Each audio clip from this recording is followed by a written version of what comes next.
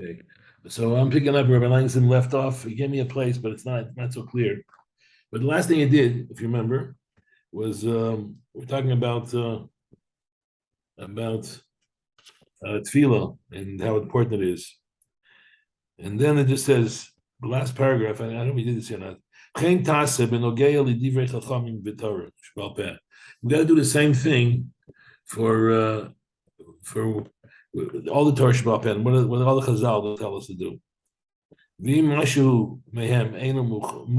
you don't understand something, you learn how to understand it. Don't realize that the reason that you don't understand something is because you're lacking. It's not that the Chazal made a mistake.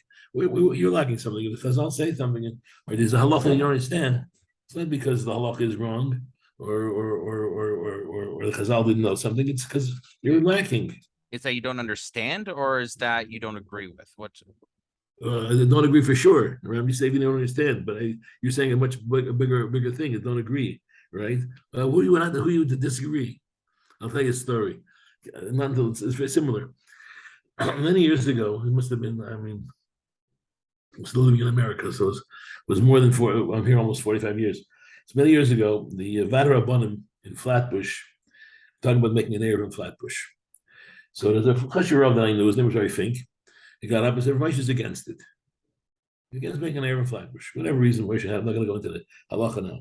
So a guy gets up and he says, look, we're rabbis. He's a rabbi. We'll just outvote him. So Rabbi Fink says, okay, let's outvote Rav Moshe. How many blood are there in Masech Erevin? The guy couldn't continue after that, right? You want to have an opinion, you have to know something.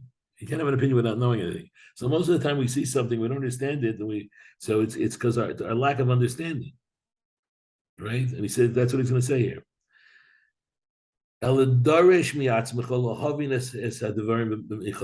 Tell yourself, I got to re-understand it. I got to do it again, renew it in your mind.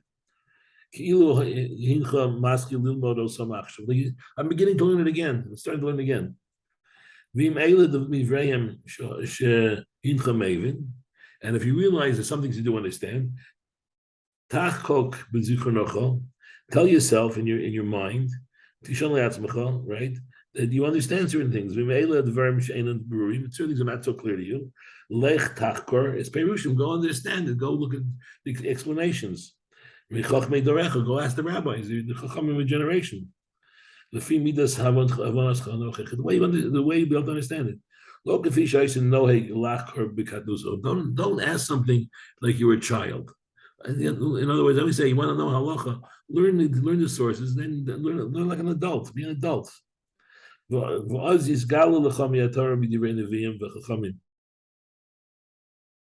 revealed to you from the Torah, from the Nevi'im, from the Chachamim. Sodos shelo haya b'efshurach sechel hasik al yidei limud shalimdu oscha b'tchilas hamlecha. You'll see things. You'll see sodos, which are could be secrets or could be foundations. Either one, it could be true, right? It's not. It's a whole different world. If you learn, the more you advance yourself in your way to understand things, you'll see it's a whole different world than when I first started. Okay, and go on next paragraph. The al tifta osecha. Gaiva secha lachshov. This is interesting words. Should not be seduced by your gaiva. Interesting words, right? Your gaiva, our gaiva, our gaiva. The gaiva doesn't mean self-confidence. It means your overconfidence in your abilities. Not self-confidence. You have to have self-confidence, but your overconfidence, we get seduced. Say, "Real, I know what I'm talking about. I really know what's going on." Don't be seduced by that. Did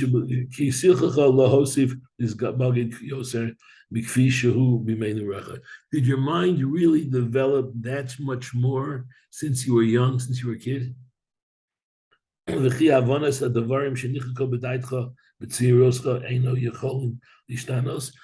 you had certain things that you understood when you were younger. You don't think those things were correct, they can't change. People change their whole attitude. Sometimes you learn something new, it changed your whole attitude.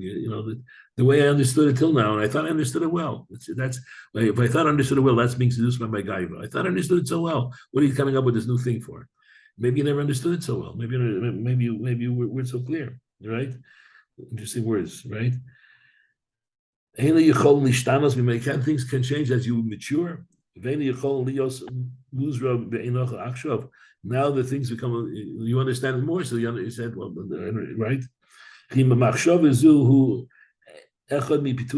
one of the ways the Yetzer Hara seduces you. I understood it. I think I knew where it was coming from. Now you bring up something new. It doesn't make any sense. So I know I'm right. That's a pituya Yetzer. It's seduction of the Yetzer. Interesting words. You're being seduced by the Yetzer Hara.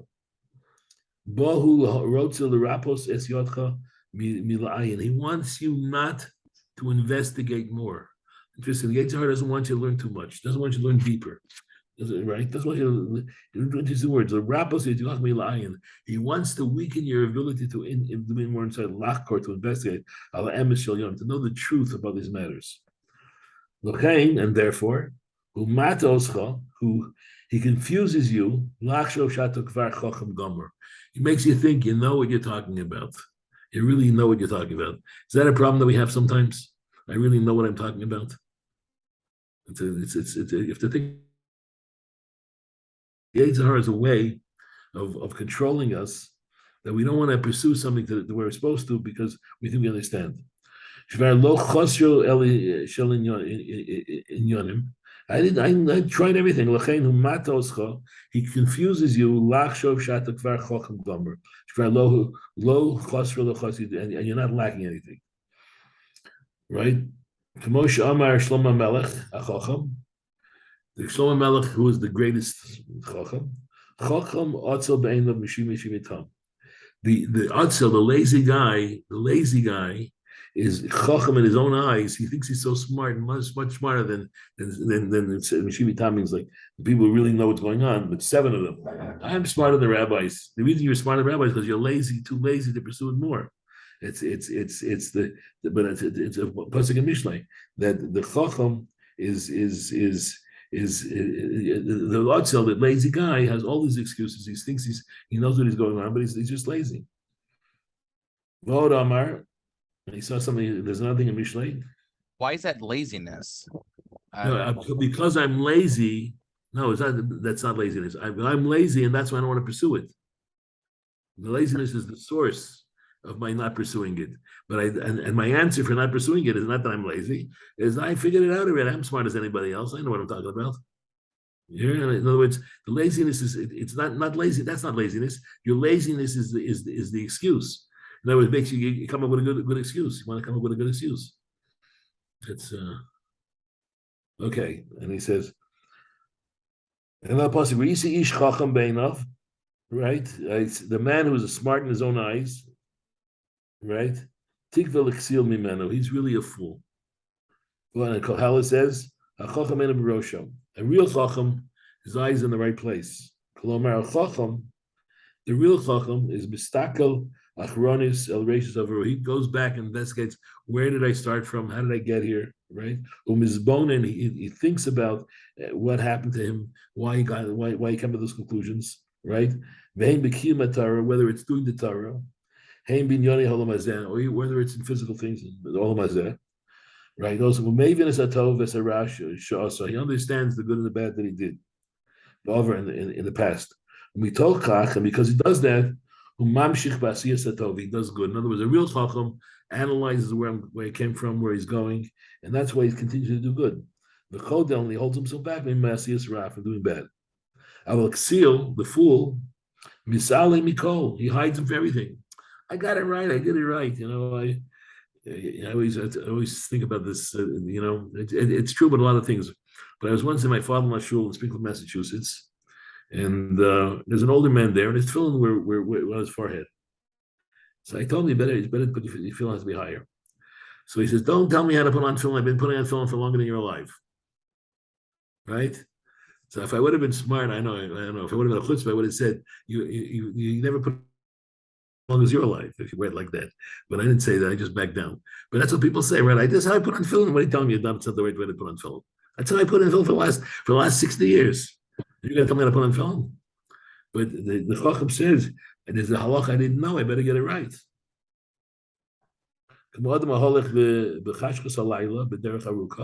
His marshal is, you have a long trip to go, and it's dark at night. right? He doesn't look back. You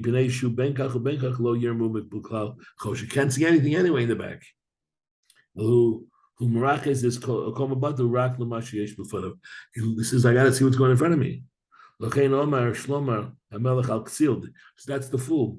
Shenim is bone and baver. We don't think about it. You're walking and you don't think about where you're coming from. The fool is walking in the dark. Another passage goes for AC Ani, she Yisrael in the Chachma, main Sichlus Yisrael or in the Choshech. He says, Shlomo Melech says in Koheles, the advantage of Chachma over foolishness is the advantage of light over darkness. In other words, if you're not thinking about where you're going, when you do what you're doing, you're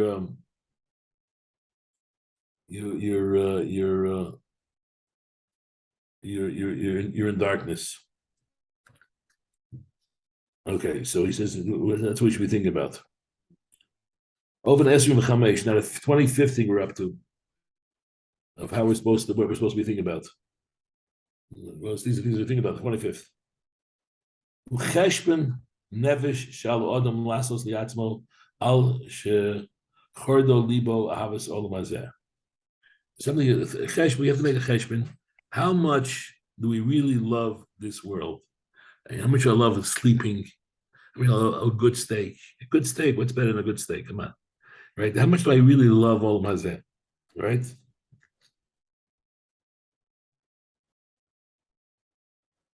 Right. Right. In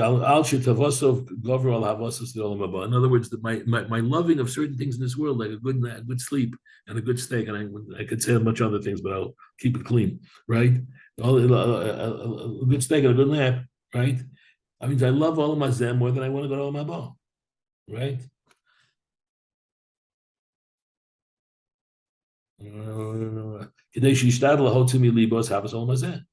Right. Your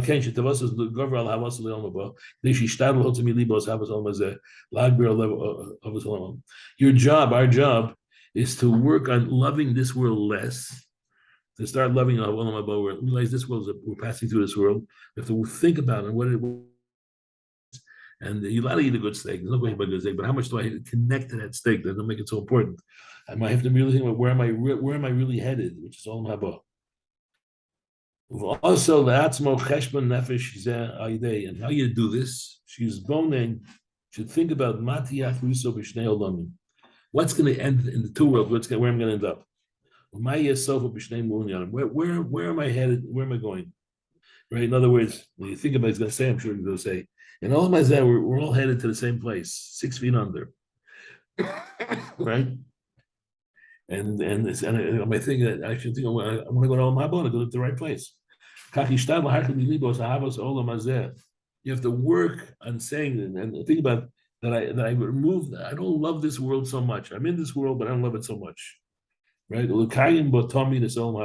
I should work on making my goal of Olam Haba more in front of me. These two loves, the love of Olam Hazeh and the love of Olam Haba, are total contradiction to each other. If you really want to get to the Olam Haba you're supposed to get to, it has to be your goal. If I love Olam Hazeh too much, I'm not going to get there. One of the Chachamim said, just like you can't put fire and water in the same vessel, and the heart of a person can't love this world and Olam Haba also.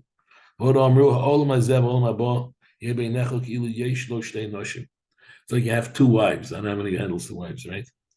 She must be it's so no shalachas she made one of the wives happy, the other one gets upset. I never understood how you handle two wives. I could barely handle one wife, but okay. But in those days they had two wives. So if you made one happy, the other one gets upset. So that's what if you love Olam Hazeh, you can't do both. Okay, we'll do one more paragraph and then we'll call it a night. The kachu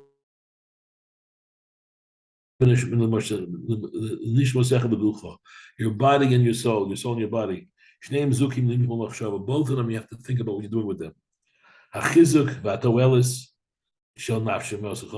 to think about strengthening and helping your neshama. You do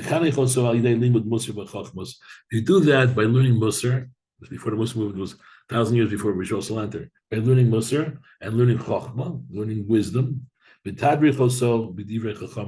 you should go in the way of the Chachamim. Also and teach your soul good midos. Also misavosov habahemios, and remove yourself from your animalistic desires. And how do what do I, that's my neshama. What do I do for my goof?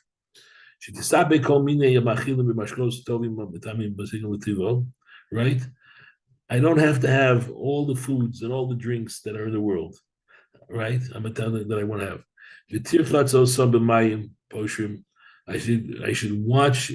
I should wash them out of my life in lukewarm water. What do I really need? Get rid of the stuff. What do I need? What do I really need?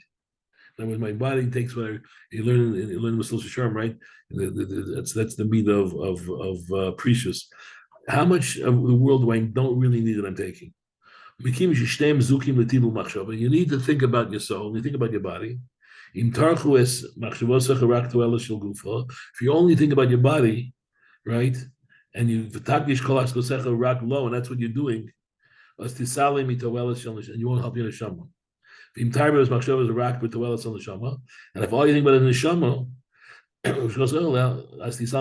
you have to take every body. You can't be a hermit. You can't get rid of all mazeh. You have to realize that you can take care of your body properly. You have to take care of your body properly, but you have to realize that my main function is olam haba. Okay, I can't do this much longer. So for me, this is enough for one night. And Mr. Hashem, Rabbi Langs will be back.